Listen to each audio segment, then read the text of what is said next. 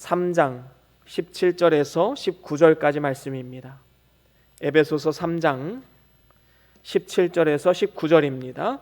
우리 다 같이 한 목소리로 함께 합독합니다. 시작. 믿음으로 말미암아 그리스도께서 너희 마음에 계시게 하옵시고 너희가 사랑 가운데서 뿌리가 박히고 터가 굳어져서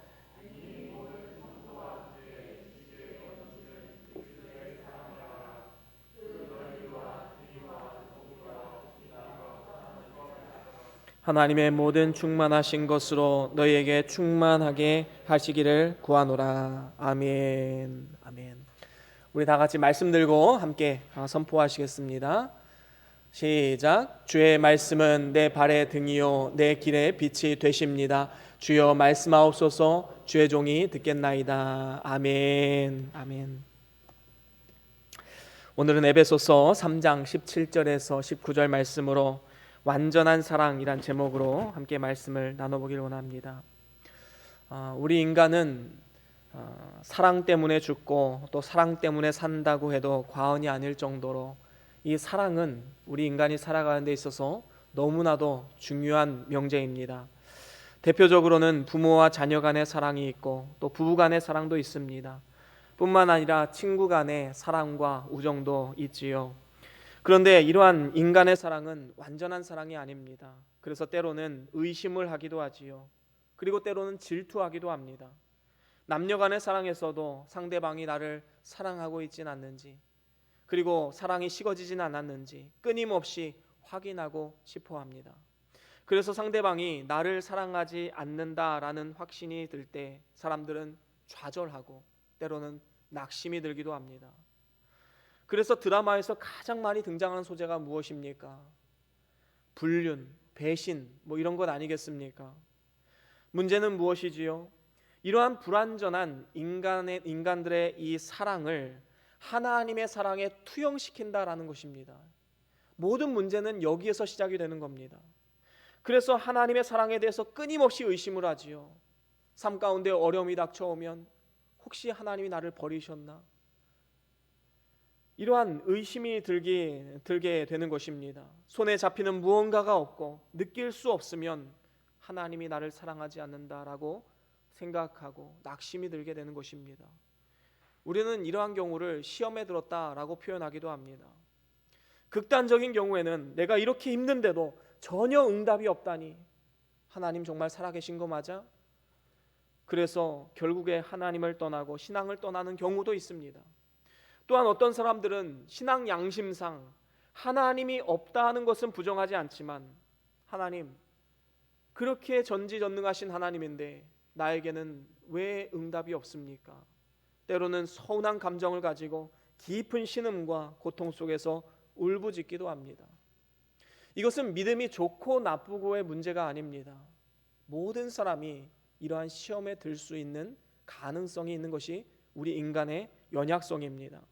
그렇다면 오늘의 질문은 이것입니다. 우리에게 환경적인 어려움이 찾아오고 누구에게도 말하기 힘든 괴로움 가운데 하나님이 정말 나의 삶 가운데 역사하고 계시는가? 이러한 실질적인 의심이 생겨날 때 과연 우리는 어떻게 해야 하면 신앙을 다시금 회복하고 하나님 앞에 담대히 나아갈 수 있는 신앙으로 일어설 수 있을 것인가 하는 것입니다. 또한 굳이 의심이 생기지 않다 하더라도 날마다 우리의 신앙을 한 단계 한 단계 업그레이드 시키는 이러한 축복의 삶을 살아가기 위해서는 우리가 어떻게 해야 되겠습니까? 오늘 성경 말씀을 통해서 하나님은 우리에게 이렇게 말씀하십니다. 그리스도의 완전한 사랑에 뿌리를 내리라 라고 말이지요. 그렇습니다. 여러분, 나무가 건강하게 자라고 있는지 자라고 있진 않는지 그 뿌리를 보면 알 수 있습니다. 여러분, 건강한 나무는 그 뿌리를 깊이 내리게 되지요. 뿌리가 깊이 박히지 않은 나무는 어떻게 됩니까? 강풍이 불면 그저 쓰러지고 넘어질 수밖에 없는 것입니다. 반면에 깊이 뿌리를 내린 나무는 어떻게 됩니까? 강한 태풍이 온다 할지라도 끄떡이 없게 되는 것이지요. 우리의 삶도 마찬가지입니다. 어떤 사람은 조그만 시련에도 넘어지고 낙심하는데 어떤 사람은 커다란 삶의 위기 앞에서도 의연하게 맞서는 모습을 보게 됩니다. 과연 이 둘의 차이는 무엇일까요? 바로 그리스도의 완전한 사랑에 뿌리를 깊이 내리고 있는가, 아니면 얕은 뿌리를 내리고 있는가, 그 차이에 달려 있는 것입니다. 그렇습니다. 우리가 이 세상에서 살아가면서 그 어떠한 세파가 몰려온다 할지라도 끄떡이 없는 견고한 나무와 같은 그러한 삶이 되기를 원한다면 그리스도의 완전한 사랑이 얼마나 크고 놀라운 사랑인지 깨달아서 그곳에 뿌리를 깊이 내려야 되는 것입니다. 그래서 오늘 말씀 17절에도 이렇게 말씀하지요. 오늘 본문 17절 같이 한번 읽어볼까요? 시작. 믿음으로 말미암아 그리스도께서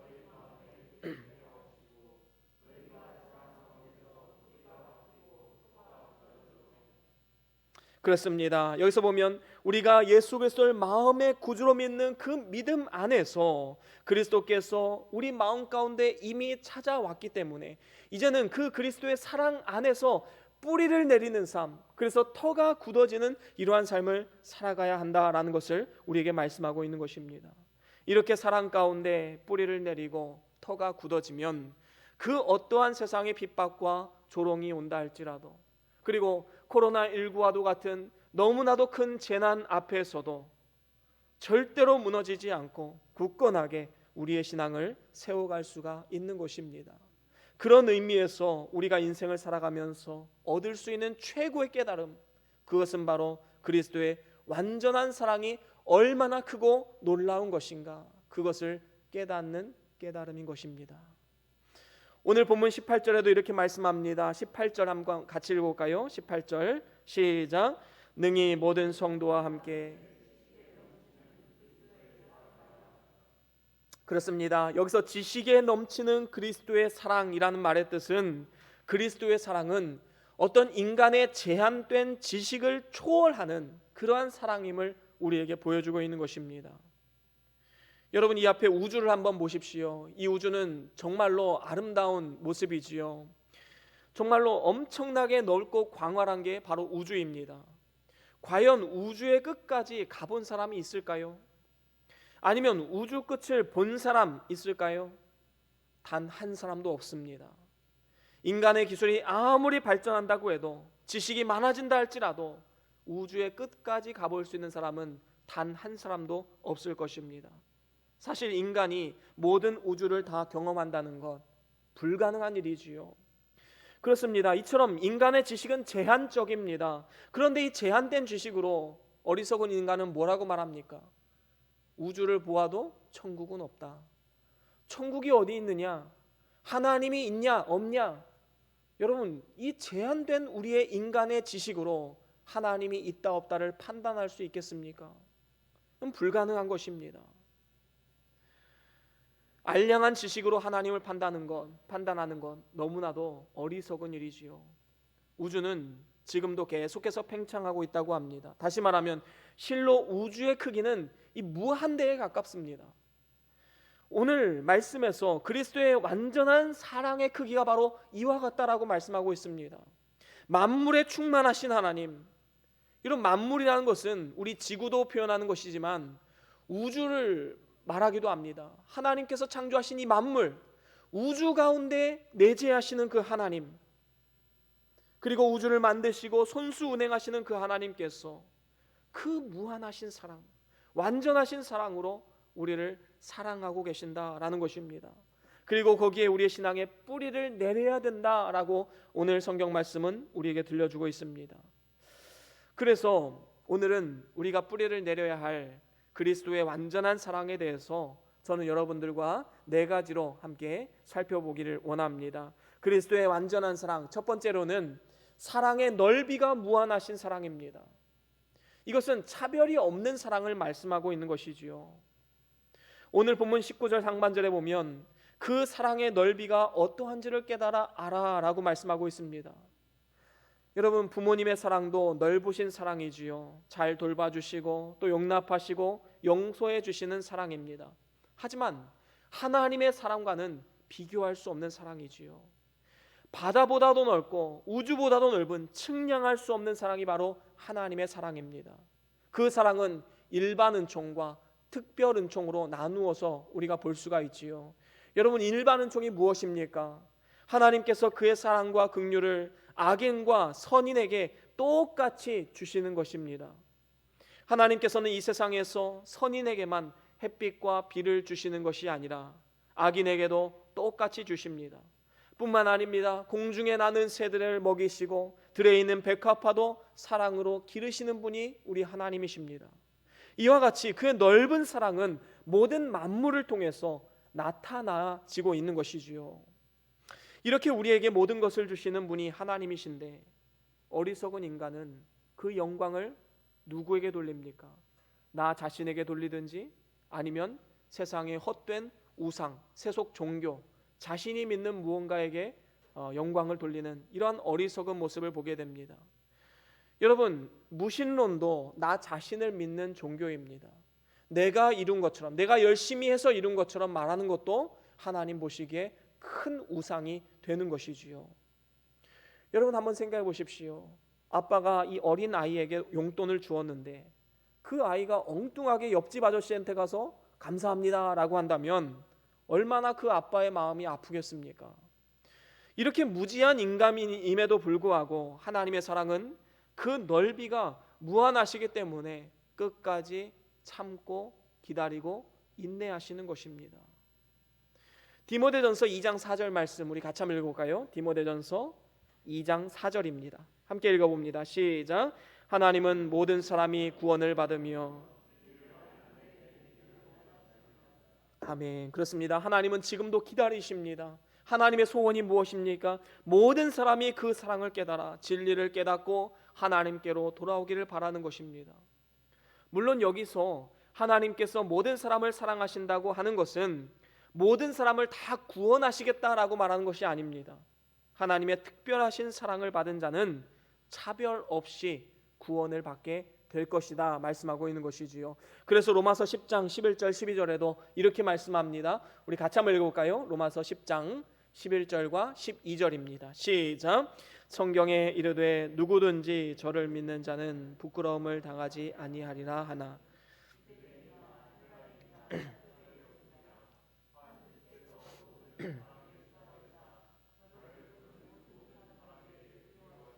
아멘. 그렇습니다. 하나님의 사랑을 깨닫고 하나님께 돌아와 그리스도를 나의 구주로 영접하는 그 사람은 유대인이든 헬라인이든 이방인이든 그 어떠한 차별 없이 택한 백성을 구원해 주시는 것입니다. 이것을 우리는 특별 은총이다라고 부르기도 하지요. 그래서 예수님을 믿고 구원받은 우리들은 일반 은총뿐만 아니라 특별 은총까지 누리는 사람들입니다. 말할 수 없이 크고 놀라운 사랑과 은혜를 입은 사람들이지요. 이러한 넓이가 무한하신 하나님의 사랑을 깨달아 알았다면 이제는 그 사랑의 뿌리를 깊이 내리고 일평생 감사와 영광을 하나님 앞에 올려드리는 그러한 삶을 살아가야 마땅한 것입니다. 그런가 하면 두 번째로 그리스도의 완전한 사랑은 사랑의 길이가 무한한 사랑입니다. 이것은 영원 전부터 영원 후까지 그 길이가 무한한 사랑을 말씀하고 있는 것이지요. 오늘 본문 19절에도 보면 그 사랑의 길이가 어떠한지를 깨달아 알아야 된다라고 말씀하고 있습니다.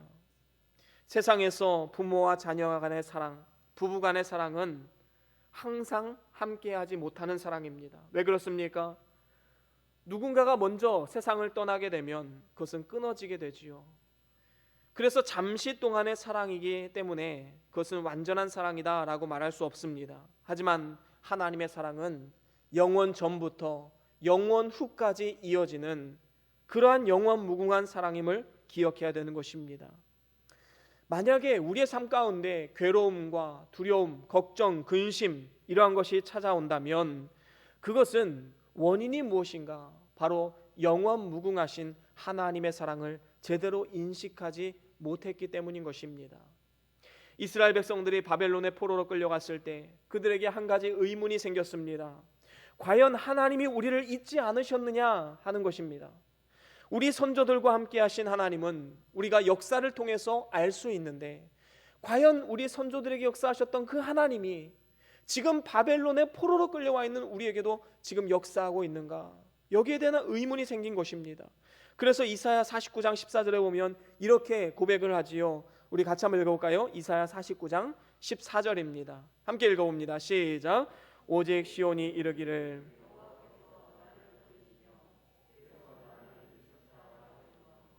한마디로 말하면 이것이지요. 하나님 왜 우리를 버리셨습니까? 이렇게 고난 가운데 부르짖는 우리의 신음소리가 들리지 않으십니까?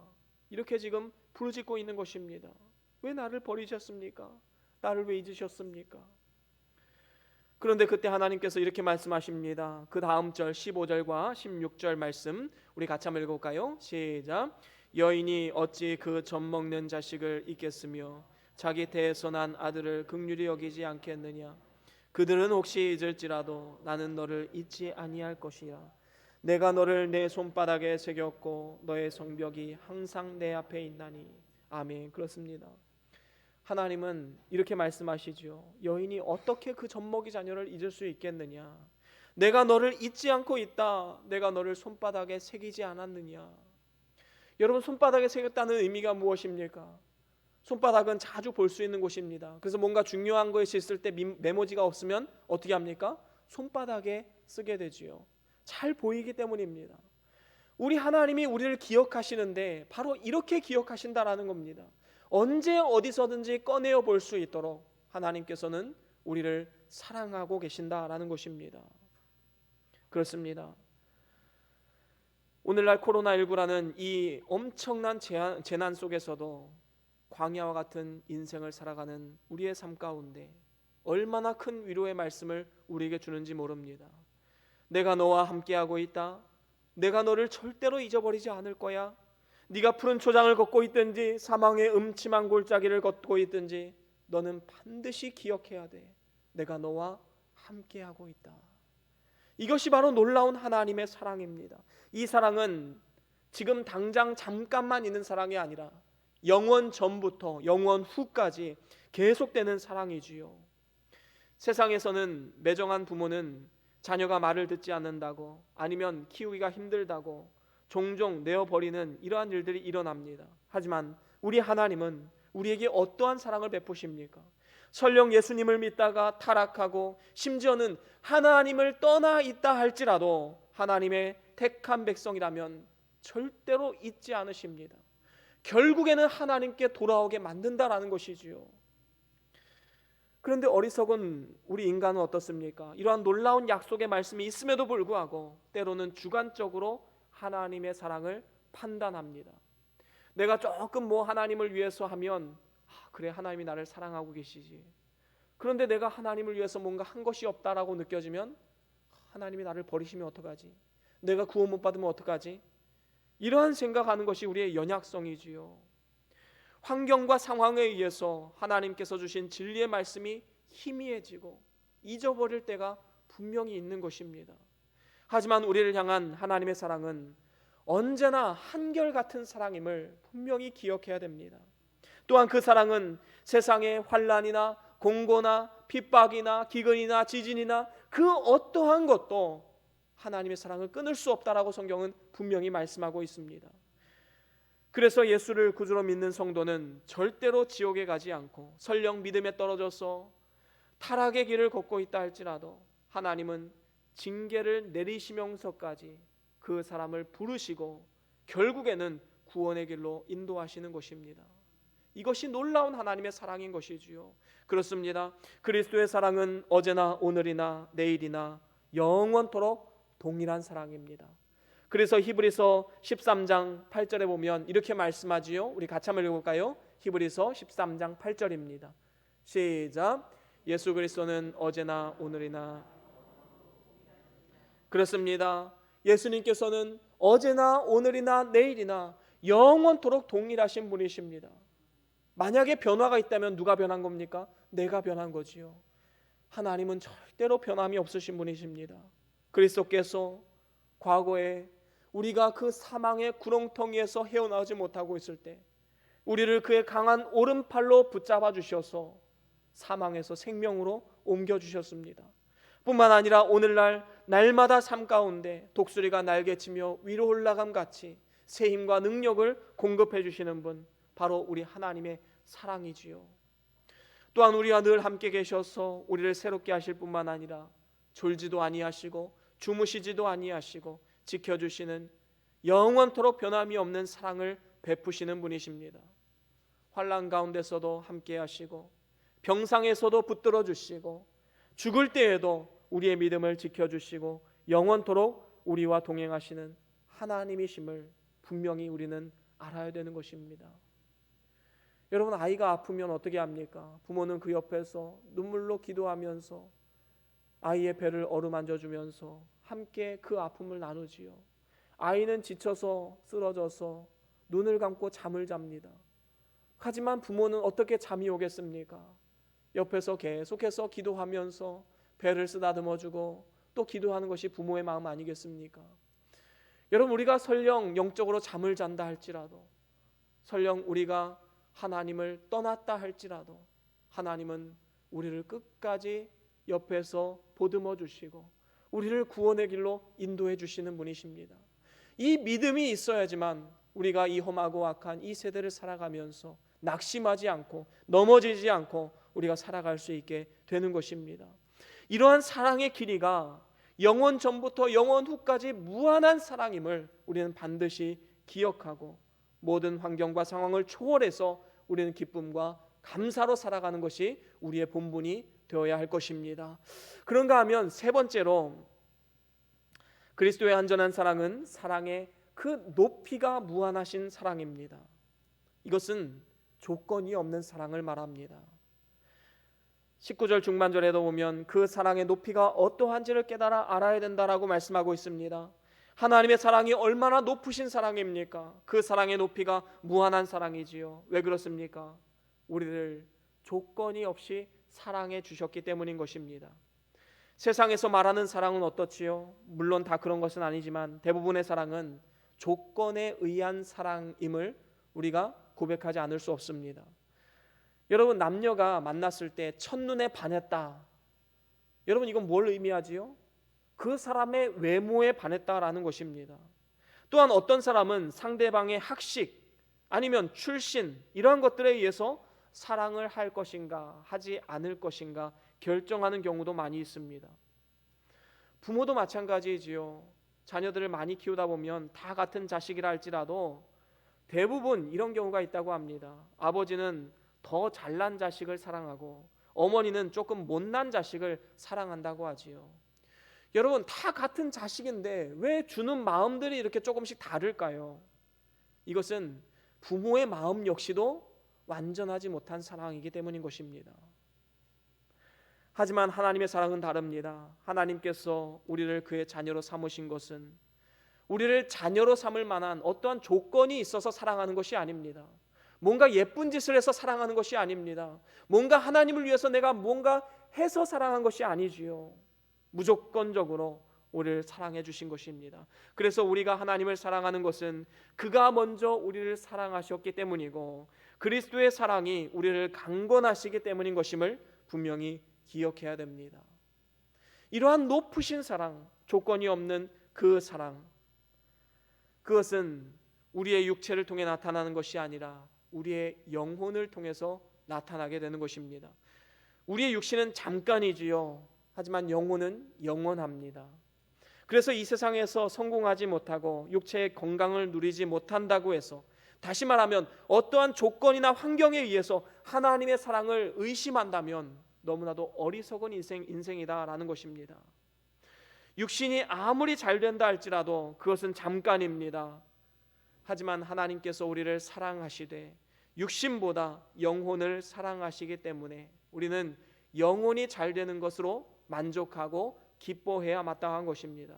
그래서 우리 주님께서도 이렇게 말씀하시지요. 요한복음 6장 63절입니다. 우리 같이 한번 읽어볼까요? 시작. 살리는 것은 영이니 육은 무익하니라. 아멘. 그렇습니다. 하나님께서는 우리의 영혼이 잘 되게 하기 위해서 때로는 육신의 것, 이것을 없애기도 하십니다. 때로는 공고하게도 하십니다. 때로는 아프게도 하십니다. 영혼을 위해서 육신이 병들어야지만 하나님을 찾게 된다면 때로는 병을 주시기도 합니다. 때로는 영혼을 위해서 사업이 안 돼야 겸손하고 믿는 일 잘할 것 같으면 때로는 사업에 실패하게도 만드시는 분이 우리 하나님이시지요. 그래서 우리는 믿음이 있어야 됩니다. 우리가 지금 처한 이 환경, 이 상황, 이것은 하나님께서 합력하여 선을 이루기 위해서 우리에게 주신 것이지 우리의 영혼이 망하게 하기 위해서 주신 것이 아니다라는 사실을 분명히 기억해야 되는 것입니다. 우리가 지난주에 살펴본 바와 같이 하나님께서는 그의 사랑하는 자녀들을 징계하시는 분이십니다. 매도 순위 받는 것이 지혜라고 말씀하신 것과 같이 하나님의 높으신 사랑을 우리가 깨달아서 모든 상황과 환경 가운데 하나님의 역사하심을 깨닫고 하나님의 손길을 바라보면서 믿음으로 담대하게 한 걸음 한 걸음 나아가야 할 것입니다. 그런가 하면 마지막으로 네 번째 그리스도의 완전한 사랑은 그 사랑의 깊이가 무한한 사랑입니다. 이것은 독생자를 내어주신 사랑을 의미하는 것이지요. 오늘 본문 말씀 19절 하반절에도 보면 그 사랑의 깊이가 어떠한지를 깨달아 알아야 한다라고 말씀하고 있습니다.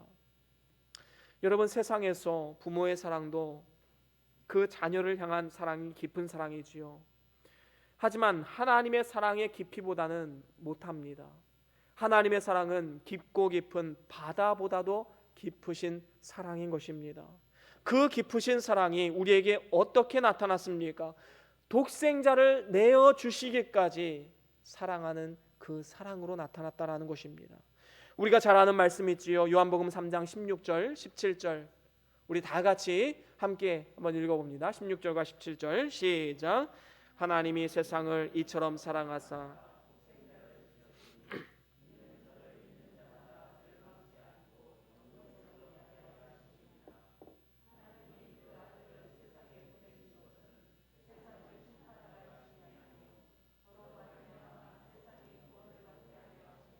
아멘. 그렇습니다. 하나님께서 우리를 이렇게 사랑하시는데 그 사랑은 독생자를 내어주시기까지 아낌없이 주시는 사랑이다라고 말씀합니다. 또한 그리스도를 통해서 우리에게 하나님을 보여주시고 알게 하신 것입니다. 그렇습니다. 독생자를 내어주시는 그 사랑, 이것이 하나님의 깊고 놀라운 사랑이지요. 세상에서 부모의 사랑도 깊은 사랑이 있지 않습니까? 다윗 왕을 한번 보십시오. 그의 아들 압살롬은 그 아버지 다윗을 향해서 칼을 겨누었습니다. 죽이고자 했습니다. 그리고 왕권을 탐냈습니다. 이 아들이 반역을 일으켰을 때 반군을 진압하기 위해서 나아가는 군대에게 다윗은 이렇게 얘기합니다. 내 아들 압살롬을 절대로 죽이지 마라. 관대하게 대해라. 부탁을 하고 있지요. 그런데 결국에는 압살롬이 전쟁에서 죽었습니다. 그래서 다윗은 뭐라고 기도합니까? 내가 너 대신 죽었다면 얼마나 좋았을꼬. 내 사랑하는 아들 압살롬아, 압살롬아 하면서 눈물로써 기도하는 모습을 우리는 보게 됩니다. 이것이 다윗의 마음, 그리고 아버지의 마음이지요. 부모의 마음입니다. 그런데 이러한 사랑과는 비교할 수 없는 깊고 깊은 사랑으로 하나님께서는 우리를 위해서 독생자를 아낌없이 내어주셨습니다. 그가 세상에서 고난을 다 받게 하시고 이제는 십자가에 달려 죽게 하심으로 우리를 구원하신 것입니다. 그래서 로마서 5장 8절에 보면 이렇게 말씀하지요. 우리 같이 한번 읽어볼까요? 로마서 5장 8절입니다. 시작. 우리가 아직 죄인 되었을 때에 그리스도께서 우리를 위하여 죽으심으로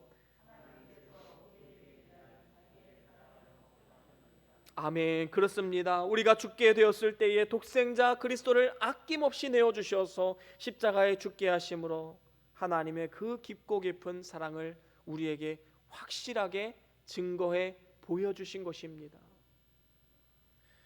여러분, 물고기 중에 이 가시고기라는 물고기가 있습니다.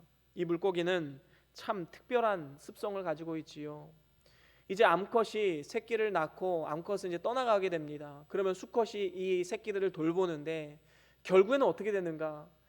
이제 이 수컷 이 가시고기는 이제 바위에 머리를 부딪힙니다. 그리고 이제 그렇게 되면 새끼들이 와서 이 아빠 가시고기의 몸을 뜯어먹고 삽니다. 그래서 결국에는 이 아빠 가시고기는 몸통에 뼈만 남기고 죽게 되지요. 어쩌면 하나님의 놀라운 사랑을 우리에게 가르쳐주기 위해서 하나님께서는 이 가시고기를 창조하지 않았나 그런 생각을 해보게 됩니다. 자기의 몸을 내어주기까지 사랑하는 그 사랑, 바로 그것이 하나님의 사랑이다라는 것입니다. 그렇습니다. 그리스도께서 이와 같이 십자가에서 자신을 희생시키시고 우리를 죄와 사망에서 건져내시기 위해서 우리를 대신해서 모든 저주의 십자가를 당하신 것입니다. 이것이 바다보다 깊은 하나님의 놀라운 사랑, 독생자를 내어주셔서 우리를 살리신 깊고 깊은 하나님의 사랑인 것입니다. 이제 말씀을 마무리합니다. 이 코로나19라는 이 재난 상황 속에서 환경적인 요인으로 나의 믿음이 흔들려지고 또 신앙이 약화되어 간다고 생각이 든다면 우리는 다시 처음 사랑으로 돌아와야 합니다. 그리스도의 놀라운 사랑의 깊이를 한번 묵상해 보십시오. 그리고 그 사랑의 뿌리를 깊이 내리십시오. 그 어떠한 세파가 몰려온다 할지라도 흔들리거나 무너지지 않는 그 깊은 사랑을 하나님의 사랑으로 한번 나누어 보십시오. 그러면 우리의 신앙은 절대로 무너지지 않고 견고하게 설 수가 있을 것입니다. 우리가 뿌리를 내려야 할 그리스도의 사랑 4가지로 함께 살펴보았지요. 첫 번째로는 사랑의 넓이가 무한하신 사랑입니다. 하나님께서는 차별이 없이 우리를 사랑하시는 분이시지요. 일반은총, 특별은총으로 우리를 사랑하는 분이십니다. 또한 두 번째로는 사랑의 길이가 무한하십니다. 영원 전부터 영원 후까지 하나님은 영원토록 우리를 사랑해 주시는 분이십니다. 때로는 내가 변한다 할지라도 하나님은 변치 않고 끝까지 기다리고 인내하시면서 우리를 사랑해 주시는 분이 바로 그리스도의 사랑이지요. 세 번째는 사랑의 높이가 무한합니다. 조건이 없는 사랑입니다. 우리가 뭔가를 해야만 사랑받는다 생각하지 마십시오. 하나님은 조건이 없이 이미 우리를 사랑해 주고 계십니다. 우리는 그 은혜에 감사하는 마음으로 주를 위해 살아가는 것뿐인 것이지요. 네 번째로는 사랑의 깊이가 무한합니다. 독생자를 주시기까지 사랑하신 그 사랑. 사랑하는 우리 변동교회 성도 여러분, 이 4가지 그리스도의 완전한 사랑을 우리의 마음판에 깊이 새기시고 그 사랑 안에서 우리의 신앙을 깊이 뿌리를 내리십시오. 뿌리를 내린다는 것은 계속해서 그 말씀을 묵상하고 예배에 참여하고 늘 하나님 말씀을 묵상하면서 찬양하는 이러한 삶을 살아가는 것입니다. 기도에 힘쓰는 삶입니다. 이러한 신앙의 뿌리를 깊이 내리고 나면 그 어떠한 재난이나 세상의 유혹이나 핍박이나 조롱 가운데서도 우리는 절대로 흔들리지 않고 넘어지지 않는 끝까지 승리하는 삶을 살아가게 될 것입니다. 저와 여러분들이 이러한 축복의 삶, 끝까지 하나님 말씀 부여잡고 믿음으로 승리하는 복된 삶이 다 될 수 있기를 주의 이름으로 간절히 축원합니다. 우리 다 같이 오늘 받은 말씀 기억하시면서 우리 잠깐 동안 기도합시다. 나에게 주신 하나님의 그 놀라운 사랑이 무엇입니까? 그 사랑의 넓이와 길이와 높이와 그 깊이를 깊이 오늘 묵상합시다. 그리고 하나님 앞에 감사합시다. 이 부족하고 연약한 나, 시시때때로 넘어질 수밖에 없는 나의 인생 가운데 하나님 찾아와 주셨군요. 사랑을 베푸시는군요. 하나님 감사합니다. 이 시간 다 같이 함께 묵상하시면서 하나님 앞에 기도를 올려드리겠습니다.